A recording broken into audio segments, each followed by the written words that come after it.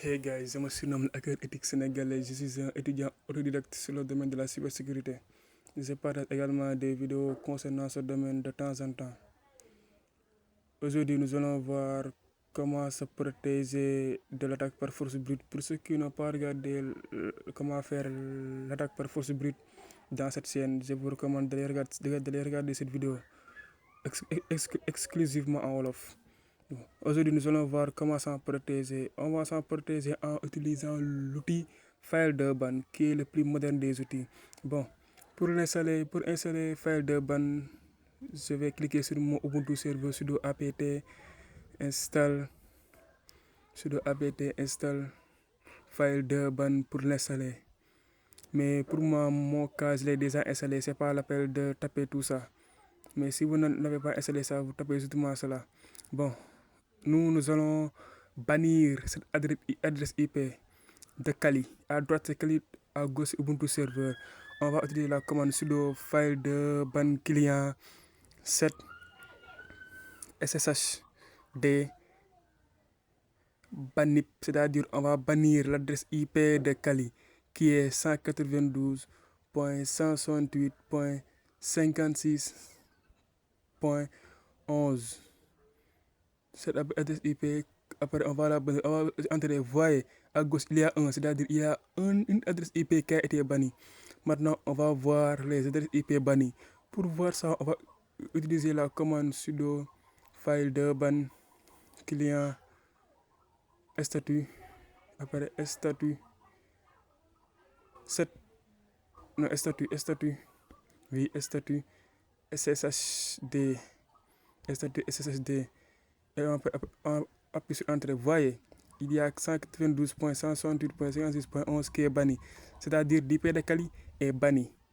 C'est-à-dire, donc, logiquement, si l'IP de Kali essaie une attaque par force brute, il sera bloqué parce qu'il est banni. Regardez à droite, on va essayer de faire l'attaque par force brute. Vous voyez, on a tapé Hydra L pour essayer de faire l'attaque par force brute. On va voir ce que ça donne avec l'outil FileDurban, qui est le plus moderne des outils et le plus efficace. Hydra -L, après nom utilisateur de Ubuntu serveur, après -P, tout ça c'est des commandes pour faire l'attaque par force brute. Après user char word list. Pour ceux qui n'ont pas regardé la vidéo concernant comment faire l'attaque par force brute, je vous suggère d'aller la regarder, qui est exclusivement en Wolof. User char word list sur q.txt. N'oubliez pas que q.txt contient plus de 14 millions de mots de passe faibles. Après q.txt, c'est-à-dire le chemin.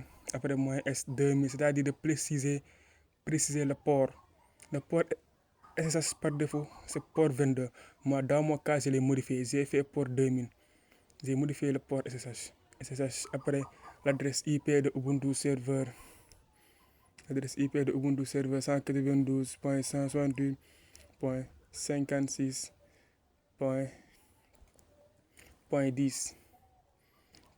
Oui. Moins T2 pour diminuer le nombre de mots de passe qu'il va essayer. Et -V pour essayer les mots de passe essayer.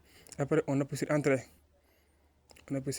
Vous voyez, normalement ça doit être bloqué. Vous voyez, à droite, Kali, c'est la machine attaquant. Ubuntu, c'est la machine cible. Vous voyez à droite, il a fait une petite pause. Vous avez vu, l'attaque est bloquée par FileDurban, car on avait banni cette adresse IP. Maintenant, on va essayer le mode sudo pour voir. On va augmenter sudo, c'est-à-dire être en mode root, être en mode administrateur. Oui. On va taper le mot de passe. Il demande toujours un mot de passe, le mot sudo. Normalement, ça doit être bloqué encore. Vous voyez, à droite, ça fait une petite pause. Et ça doit être bloqué. Oui, c'est bloqué. Vous voyez, à droite, c'est bloqué. C'est comme ça qu'on se protège de l'attaque par force brute.